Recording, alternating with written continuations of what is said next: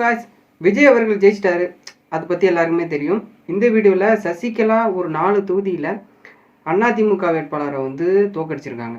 அதை பற்றியும் ஜெயக்குமார் சுபேர்கான் இருந்த தொகுதியவே தாவேகா வேட்பாளர் ஜெயிச்சிருக்காங்க. பாஜக கேரளா தவிர மேக்சிமம் எல்லா மாநிலத்திலும் அவங்க நினைச்சதை நடத்தி முடிச்சிருக்காங்க.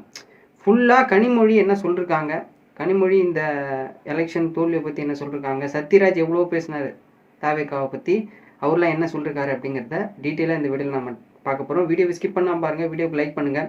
அப்போ தான் எனக்கு அடுத்தடுத்த வீடியோ போட மோட்டிவேஷனாக இருக்கும். வாங்க வீடியோக்குள்ளே போகலாம். மேற்கு வங்கத்தோடைய விக்டம் உங்களுக்கு நல்லாவே தெரியும். அதில் அந்த பொண்ணு இறந்தாங்கல்ல, அந்த பொண்ணுடைய அம்மாவே எலெக்ஷனில் நிற்க வச்சு பாஜக ஜெயிச்சிருக்காங்க. அதை பற்றி நான் இப்போ சொல்கிறேன், கண்டிப்பாக பார்த்துக்கோங்க. ரத்னா டிப்ரத் இவங்க தான் அந்த ஆர்ஜே கேர் மெடிக்கல் ஹாஸ்பிட்டலுடைய ரெசிடென்ஷியல் டாக்டராக இருந்த அந்த பொண்ணோட அம்மா. இவங்கள அந்த எலெக்ஷனில் நிற்க வச்சுருக்காங்க மேற்கு வங்கத்தில். அப்போது அந்த எலெக்ஷன் டைமில் ஒருத்தவங்களும் அந்த அனுபவங்களை பெற பார்ப்பாங்க. ஒரு பெரிய ஒரு சோஷியல் மீடியாவில் பெரிய அளவில் ஏதோ ஒரு பிரச்சனை ஏற்பட்டிருக்கு அப்படின்னா அதை யார் சால்வ் பண்ணுவாங்க அப்படிங்கிறதுக்கான முன்னாடி வருவாங்க. அதில் திரிணாமுல் காங்கிரஸும் முன்னாடி வரல, ஓகேவா. மம்தா பானர்ஜி வரதுக்கு முன்னாடி பாஜக முந்திட்டாங்க. இவங்க இந்த ரத்னா டிபரத் என்ன சொன்னாங்க அப்படின்னா, என் பொண்ணுக்கு ஏதோ நடந்திருக்கு, இது ஒரு பேர் மட்டும் செய்யலை, 4-5 பேர் கூட்டாக செஞ்சுருக்காங்க, இதை கண்டுபிடிச்சி விட்டுருக்குன்னு சொல்கிறாங்க. இதில் பாஜக முந்திக்கிட்டு, நான் உங்களுக்கு அதை கண்டிப்பாக எங்கள் ஆட்சிக்கு வந்தால் உங்களுடைய கோரிக்கைகள் மற்றும் இந்த இதெல்லாம் நாங்கள் கண்டிப்பாக சரி பண்ணி தருவோம், என்ன நடந்தது அப்படிங்கிறத இன்வெஸ்டிகேஷன் நல்லா செய்வோம் அப்படின்னு சொல்லிட்டு இந்த ரத்னா டிபரத்திட்ட உறுதிமொழி கொடுத்து எல்லாம் பண்ணுறாங்க. யோசிச்சிருக்காங்க, ஓகே நம்ம இவங்களே அந்த தொகுதியில் நிற்க வச்சா என்ன அப்படிங்கிற மாதிரி யோசிச்சு அந்த தொகுதியில் நிற்க வச்சு ஜெயிச்சிட்டாங்க. விக்ட்ரி ஃபார் பெரஹட்டி பீப்புள்ஸ் அண்டு என்டில் பெங்கால், ஓகேவா. என்ன சொல்லியிருக்காங்க அப்படின்னா, இந்த வெற்றியை நான் இந்த தொகுதி மக்களுக்கு பரிசீலிக்கிறேன். அது மட்டும் இல்லாமல் எல்லாத்துக்குமே காரணம் மோடி தான், மோடிக்கு தான் இந்த வெற்றிக்கான காரணமே அப்படின்னு சொல்லிட்டு சொல்கிறாங்க, ஓகேவா. ஓகே, பாஜக இந்த மாதிரி காய் நகர்த்தது எல்லாருக்குமே தெரியும் தான். அதே போல் இப்போ 5 மாநிலத்தில் நடந்தது, அதில் ஒன்று மிஸ்ஸிங்கு. கிட்டத்தட்ட 4 இதில் அவங்க அவங்களுடைய நினைச்சதை சாதிச்சிட்ட மாதிரி தான். அஸ்ஸாமில் அவங்க ஆட்சி, பாண்டிச்சேரியிலும் என்டிஏ கூட்டணி ஆட்சி, ஒன்றுமே இல்லை. அப்படி இப்படி என்டிஏ கூட்டணி வச்சு துணை முதலமைச்சர் கல்வி அமைச்சர் வரைக்கும் அவங்களுடைய போஸ்ட் போயிடுச்சு. மேற்கு வங்கத்தில் திரிணாமுல் காங்கிரஸ் ஆட்சி கிட்டத்தட்ட ரொம்ப வருஷத்துக்கு முன்னாடி முடிஞ்சு. இப்போ பாஜக கால் ஊண்டிட்டாங்க. தமிழ்நாட்டில் திராவிட முன்னேற்ற கழகம் இருக்கக்கூடாதுன்னு நினச்சாங்க, அதே போல் இல்லாமலும் போயிட்டாங்க.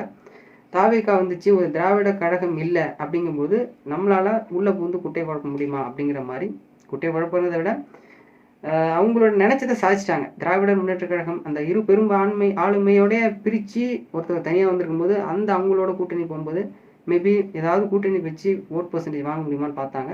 அது மாதிரி ஓரளவுக்கு நடந்திருக்கு. கேரளா அதுதான் கொஞ்சம் மிஸ் ஆகிடுச்சு, பார்த்துக்கலாம் நெக்ஸ்ட் டைம். தமிழ்நாடு கேரளாவில் மேக்ஸிமம் அவங்களால பிடிக்க முடியல. காரணம், தமிழ்நாடு கேரளா சவுத் சைடில் எல்லாமே நாலேஜபிள் பர்சன், நார்த் சைடில் நாலேஜே இல்லைன்னு சொல்ல ஒரு சிலவங்களுக்கு தெரியும். கொஞ்சம் திங்க் பண்ணி அந்த பகுத்தறிவுங்கிறத கண்டிப்பாக நார்த்து சைடில் இல்லை அப்படிங்கிறத நான் சொல்கிறேன், ஓகே. இப்போது அதிமுக திமுக ஒரு சில இதெல்லாம் நீங்கள் பார்த்தீங்க அப்படின்னா எல்லாருமே அவங்களுடைய வேட்பாளர் பார்த்தீங்கன்னா 1 கோடி 2 கோடி பல கோடி ரூபா பல சவரன் நகைகள் காரு பங்களா வச்சுருக்கவங்க தான் மேக்ஸிமம் வேட்பாளராக அறிவிப்பாங்க. பட் ஆனால் தாவேகால நீ ஒரு ஆட்டோ டிரைவரா, நீ ஒரு சைக்கிள் ஓட்டுறியா, ஓகே உனக்கு ஒரு வாய்ப்பு கொடுக்குறேன் அப்படிங்கிற மாதிரி சொன்னாங்க. அதில் விஜய் தாமு ஆட்டோ டிரைவர், ராயபுரம் தாவேகா வேட்பாளர், ஓகேவா. ராயபுரம்னே அண்ணன் நம்ம டிஜே தான், ஜெயக்குமார் தான். சுபேர்கான் திமுக, அதிமுக திமுக 2 பவர்ஃபுல் கேண்டிடேட் இருந்துமே ராயபுரத்தில் தாமு ஜெயிச்சிருக்காரு, ஓகேவா. அதனால் குறிப்பாக இதில் இன்னொன்று என்னன்னா, டெபாசிட்டே இல்லை ஜெயக்குமாருக்கு. அப்போ எந்த அளவுக்கு ஓட்டு இல்லை பாருங்கள். அந்த மாதிரி தாவேகா ஒரு புரட்சியை இந்த எலெக்ஷன் ஏற்படுத்தியிருக்கு, ஓகே. கனிமொழி என்ன சொல்லியிருக்காங்க இந்த தோல்வி குறித்து, கழகத்திற்கு தோல்வி புதிதல்ல, அதிலிருந்து கற்ற பாடங்கள் குறைவல்ல. எப்படி சொல்கிறாங்க பாருங்கள் ரைமிங்கில். இத்தேர்தலில் புதிய பாடத்தை நாங்கள் கற்சிருக்கோம். தோல்வி என்பது முடிவல்ல, அது ஒரு புதிய தொடக்கமே. ஆட்சி அமைக்க உள்ள அரசுக்கு வாழ்த்துக்கள் அப்படின்னு சொல்லிட்டு கனிமொழி சொல்லியிருக்காங்க. என்னதான் இருந்தாலும் ஒரு அரசியல் ஒரு அனுதாபம் அரசியல் மாண்பு அப்படிங்கிறத கனிமொழி கண்டிப்பாக காட்டியிருக்காங்க. ஏன்னா தோல்விங்கிறது நீங்கள் அந்த தோல்வி ஏன் வந்தது அப்படிங்கிறதுக்கான லேர்ன் பண்ணுறதுக்கான ஒரு சிம்டம்ஸ் தான் தோல்விங்கிறது.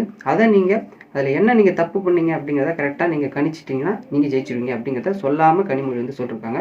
நல்ல ஒரு கிளியர் மைண்ட் செட்டோட சொல்லியிருக்காங்க. என்ன ப்ரோ சத்யராஜ் அது இதுன்னு சொல்லிட்டு இருந்தாரே, அவர்லாம் எங்கேயுமே காணுமே அப்படின்னு சொல்லிட்டு சோஷியல் மீடியாவில் எல்லாரும் தேட ஆரம்பித்தாங்க, தாவேகா தொண்டர்கள் எல்லாருமே.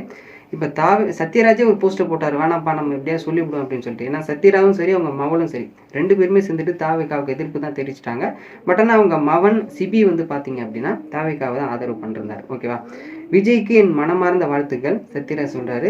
சமூக நீதி ஆட்சியை தர வேண்டுகிறேன், சமூக நீதி ஆட்சியை தரணும் அப்படிங்கிற மாதிரி சொல்றாரு. அது மட்டும் இல்லாமல் ஸ்டாலின் தோல்வியால் எனக்கு ரொம்ப மனவேதனை. நான் நிறைய கட்சியெலாம் இப்படி அரசியல் புள்ளிகள்லாம் வந்து தோற்று போயிட்டா மாறுவாங்க. பட் ஆனால் வந்து ஸ்டாலின் தோல்வியால் எனக்கு மனவேதனை, ஸ்டாலின் தான் எங்களுக்கு எப்போங்கிற மாதிரி அவர் விட்டு கொடுக்காம பேசுகிறாரு. இன்னும் உறுதியோடு திமுகவை என் ஆதரவு தொடரும், இன்னமும் நான் என்னுடைய ஆதரவு வந்து திமுகவுக்கு தான் எப்பயும் இருக்கும் அப்படிங்கிற மாதிரி சொல்லி அவருடைய மனப்பான்மை வந்து சொல்லியிருக்காரு. ஓகேவா. ஆக அப்பா மகள் 2 பேருமே வந்து அவங்களுக்கு ஆதரவாக இருந்தவங்க தோல்வி. பட் ஆனால் சிபி மகன் தாவேகாவுக்கு ஆதரவு பெற்றவங்க வந்து ஜெயிச்சிட்டாங்க. இப்போ சத்யராஜ் குடும்பத்துக்குள்ளே ஒரு பொலிட்டிக்கல் இருக்குங்கிறத நம்ம இதில் தெரிஞ்சுக்கிறோம். ஓகேவா. மேற்கு மண்டலம் அப்படின்னாலே அதிமுகவோட கோட்டைன்னு சொல்லுவாங்க. ஆமாம் ப்ரோ, அங்கே மேற்கு மண்டலம்னாலே கோயம்புத்தூர், ஈரோடு எல்லாமே அதிமுகவோட கோட்டைன்னு சொல்லுவோம். ஆனால் அந்த கோட்டையை இப்போ தாவேகாவும் திமுகவும் தகர்ந்துட்டாங்க. கிட்டத்தட்ட 2016 கோவை மண்டலத்தில் 10 தொகுதி இருக்குது. மொத்தமாக அந்த பொலிட்டிக்கல்ஸில் 234 தொகுதியில் கோவையில் 10 தொகுதி இருக்குது. 2016 9 வெற்றி, 1 தான் தோல்வி அதிமுக. 2021 10க்கு 10 வின் பண்ணிருந்தாங்க. ஓகே, கோவை மண்டலம் வந்து அதிமுக கோட்டை தான் அப்படின்னு நினைச்சா 2026 6ல் தாவேகா வெற்றி, 3ல் டிஎம்கே வெற்றி, 1 மற்றும் தொண்டாமுத்தூரில் எஸ்பி வேலுமணி வெற்றி. அப்போ கோவை மண்டலமும் காலி ஆயிடுச்சா. ஆல்ரெடி நான் திமுகவாகவும் சொல்லியிருந்தேன். 16 தொகுதி சென்னை மண்டலத்தில் 14 தாவேகாவுக்கு போயிடுச்சு. அப்போ எப்படி அந்த இரு பெரும் ஆளுமை திமுக அதிமுகவை எப்படி வந்து ஒரே தேர்தலில் அவங்க முறியடிச்சிருக்காங்க, தாவேகா ஒரு புரட்சி செஞ்சுருக்காங்க அப்படிங்கிறது இதில் தெளிவாக வந்து உங்களுக்கு தெரியப்படுத்துகிறாங்க. சசிகலா முன்னாடி தினகரன் இப்படி தான் வந்து 2021 எலெக்ஷனில் கிட்டத்தட்ட ஒரு 30 சீட்டுக்கு மேலே அதிமுகவை தோக்கடிச்சார். அப்படி இல்லை அப்படின்னா கொஞ்சம் கணிசமான வாக்கு கூட்டணி படித்து அதிமுக ஆட்சி பெற்றிருக்கலாம். அதே போல் சசிகலா இந்த வாட்டி தனியாக கட்சி ஆரம்பித்தாங்க. புரியுதா. தனியாக கட்சி ஆரம்பித்து அந்த கட்சியோட லென்த்தை பார்த்தீங்கன்னா ஒரு பேராகிராஃப் மாதிரி இருக்கும். நான் வேணால் கரெக்டாக சொல்கிறான்னு பாருங்கள். அனைத்து இந்திய புரட்சி தலைவர் மக்கள் முன்னேற்ற கழகம் இந்த கட்சி தென்னந்தோப்பு சின்னத்தில் இருக்குது. கிட்டத்தட்ட என்டிஏ கூட்டணியில் 4 தொகுதியை தோக்கடிச்சதுக்கான ரீசன் இவங்க தான். அதுவும் இல்லாமல் ஓட்டு வங்கியும் பிரிச்சிருக்காங்க. அதில் முதுகலத்தூரில் 40,422 ஓட்டு வாங்கியிருக்காங்க. உசிலம்பட்டியில் 16,620. ஒன்றும் இல்லைங்க, சும்மா இல்லை, இப்போ தான் கட்சி ஆரம்பித்தாங்க. ஒரு சில மாதங்களில் கிட்டத்தட்ட 40,000 ஓட்டு முதுகலத்தூரில் வாங்கியிருக்காங்க. உசிலம்பட்டில் 16,000 ஓட்டு கிட்ட வாங்கியிருக்காங்க. தென்காசியில் 7,715 ஓட்டு, சாத்தூரில் 11,602 ஓட்டு வாங்கி 4 தொகுதியில் என்டிஏ கூட்டணியை வந்து வீழ்த்திருக்காங்க. ஓகே, ஒரு கட்சி ஒரு ஒற்றுமை இல்லை அப்படின்னா எந்த மாதிரிலாம் நடக்க வாய்ப்பு இருக்கும் அப்படிங்கிறத சம் எக்ஸாம்பிளுக்காக நான் சசிகலாவை மேற்கோள் காட்டி சொன்னேன். ஓகேவா. அன்புமணி ராமதாஸ் இது ஆல்ரெடி அப்பாவுக்கும் மகனுக்கும் ஒரு போர் போயிட்டுருக்கு. அதில் சசிகலாவோடைய அப்பா வந்து அவர் ஜாயின் பண்ணி போயிட்டு இருந்தார். பட் ஆனால் வந்து அன்புமணி ராமதாஸ் கணிசமான வாக்கு, ஏன்னா 5%, 3% ஓட்டு அதை அப்படியே வச்சிட்டு இருக்காங்க. அவர் என்ன சொல்லியிருக்காரு அப்படின்னா, இந்த தாவேகா வெற்றியை பற்றி மக்களின் விருப்பமும் தீர்ப்பும் வேறு மாதிரி இருக்குது, இது வந்து நான் எக்ஸ்பெக்டே பண்ணல அப்படிங்கிற மாதிரி சொல்கிறாரு. மக்களின் இந்த முடிவை பாமக ஏற்றுக்கொள்கிறது. சும்மா கிடையாதுங்க, பாமக வந்து தாவேகாவுக்கு ஆதரவு கொடுத்தா கண்டிப்பாக அவங்களுக்கும் ஒரு சில அமைச்சர் போஸ்ட்டு கண்டிப்பாக கிடைக்கும். இதில் துணை முதலமைச்சர் அன்புமணி ராமதாஸ் கேட்குறதா வந்து நமக்கு நியூஸஸ்லாம் வந்து ஸ்ப்ரெட் ஆகுது. ஓகேவா. அது மட்டும் இல்லாமல் தர்மபுரியில் வந்து சௌமியா அன்புமணி ராமதாஸ் வந்து ஜெயிச்சிருக்காங்க. அவங்க தொண்டர்கள்லாம் பார்த்து அப்படியே கண் கலந்து அழுகிறாங்க, ஆனந்த கண்ணீர் அப்படி பார்த்தோம். அந்த வீடியோலாம் நிறைய வந்து சோஷியல் மீடியாவில் போயிட்டுருக்கு. அன்புமணி ராமதாஸ் தாவேகா வெற்றி குறித்து இப்படி ஒரு கருத்தை வந்து பதிவு பண்ணிருக்காரு. வன்னி அரசு, விடுதலை சிறுத்தைகள் கட்சியுடைய வன்னி அரசு கிட்டத்தட்ட திண்டிவனத்தில் 734 ஓட்டு வாக்கு வித்தியாசத்தில் வந்து ஜெயிச்சிருக்காரு. ஓகேவா. அது மட்டும் இல்லாமல் அவர் என்ன சொல்கிறாரு அப்படின்னா, விஜயோட இந்த வெற்றி தற்காலிகமான மசாலா படம் அப்படிங்கிற அந்த சினிமா மேற்கொள்ளே போயிட்டுருக்காரு. ஒரு மசாலா படம், சில நேரம் மசாலா படமும் ஓட தானே செய்யும், வேறு வழி இல்லாமல் அந்த படத்தை ஓட்டி தானே அப்படிங்கிற மாதிரி அப்படி சொல்கிறாரு. இந்த வெற்றியை நிரந்தர வெற்றியாக நான் பார்க்கல. ஓகேவா. இது வந்து ஒரு தற்காலிகமான வெற்றி தான் அப்படின்னு சொல்லிட்டு வன்னி அரசு விஜயை டைரெக்டாக தாக்கியிருக்காரு. கிட்டத்தட்ட ஒரு 10,000 20,000 ஓட்டு வித்தியாசத்தில் ஜெயிக்கல, 734 ஓட்டு வித்தியாசத்தில் மட்டும் ஜெயிச்சு அவர் இந்த மாதிரி சொல்லியிருக்காரு. அது மட்டும் இல்லாமல் அழகிய சமூக நீதியை விட புயல் அடித்து சிதைச்சிருச்சிருக்கு. அதாவது ஒரு சமூக நீதி இருந்தது, விஜய்ங்கிற ஒரு புயல் வந்து அடித்து சிதைச்சிருக்கு அப்படின்னு சொல்லிட்டு ரொம்ப ஒரு காண்டமாக வந்து சொல்லியிருக்காரு. ஓகேவா. ஒரு காட்டமாக வந்து சொல்லியிருக்காரு. ஓகேவா. அதே போல் திமுக டிவிகே அலைன்ஸில் போகலாமா அப்படிங்கிற மாதிரி ஒரு பக்கம் அவர் பேசிகிட்டு இருக்காரு. வன்னி அரசு ஒரு பக்கம் நம்ம எப்படி போகலாம், திமுக சார்பாக போகலாங்கிற மாதிரி பேசிகிட்டு இருக்காரு. எப்படி காங்கிரஸில் மாணிக்கம் தாக்கூர் செல்வ பிறந்தை ஒரு ட்விஸ்டடான ஒரு அலைன்ஸ் 2 பக்கம் போதோ, அந்த மாதிரி விடுதலை சிறுத்தைகள் கட்சிகிட்டையும் இந்த மாதிரி போயிட்டுருக்கு. ஓகே, சிஎம் ஆனோடனே விஜய் வந்து ஒரு சில வாக்குறுதிகள் நிறைய கொடுத்துருக்காரு. வேலைவாய்ப்புலேருந்து குடும்ப நலன், பேருந்து வசதி எல்லாமே நிறைய ஒரு ஒரு அந்த ஸ்கீமுக்கும் ஒன்று சொல்லிட்டு இருந்தார். அதுக்கு நிறைய பல லட்சம் கோடிகள் தேவைப்படும். அதனுடைய டீட்டெயில் வீடியோ நான் லாங் ஃபார்ம் வீடியோவில் அடுத்தது போடுறேன். இதில் ஒரு சில நான் மெஜாரிட்டியாக எடுத்து வச்சுருக்கேன். அதில் எப்படி இதெல்லாம் பண்ணுவார் அப்படிங்கிறத ஒரு கொஷின் மார்க்கு உங்களுக்கும் எழும்பும் எனக்கும் எழும்பும். அதில் நான் ஒன்று ஒன்றா சொல்கிறேன், என்னங்கிறத பார்க்கலாம்.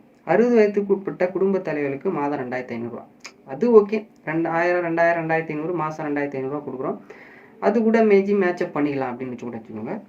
6 சிலிண்டர் வருஷத்துக்கு கொடுக்குறாரு. ஒரு 2 மாதத்துக்கு ஒரு சிலிண்டர் யூஸ் பண்ணுற மாதிரி கிராமத்துக்குள்ள நகரத்தில் கொடுக்குறாரு. 6 சிலிண்டர் காசு இல்லைங்க, ஃப்ரீயாக கொடுக்குறதா சொல்லியிருக்காரு. இதெல்லாம் வந்து முதல்ல அவர் வந்து இந்த கையெழுத்து போட்டதாக சொல்லக்கூடிய வாக்குறுதிகள்.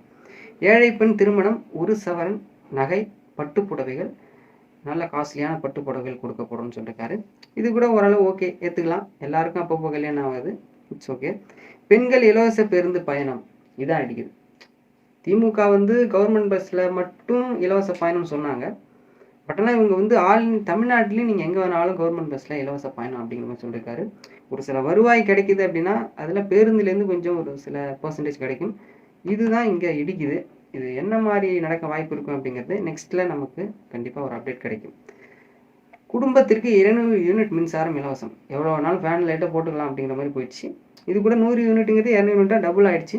1000ங்கிறது 2500 1.5% போச்சு. அப்போது அந்த மாதிரி இந்த மாதிரி ஒரு ஸ்கீம்ஸ் வந்து சொல்லியிருக்காரு.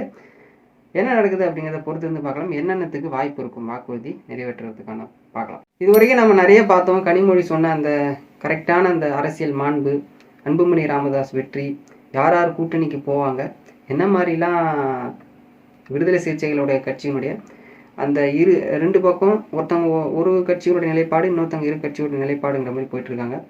இதெல்லாம் பார்க்கும்பொழுது ஒன்றும் இல்லை, அரசியலில் எது வேணாலும் நடக்கலாம் அப்படிங்கிறதுக்கான ஒரு சின்ன ஒரு எக்ஸாம்பிள் தான் இந்த வீடியோ.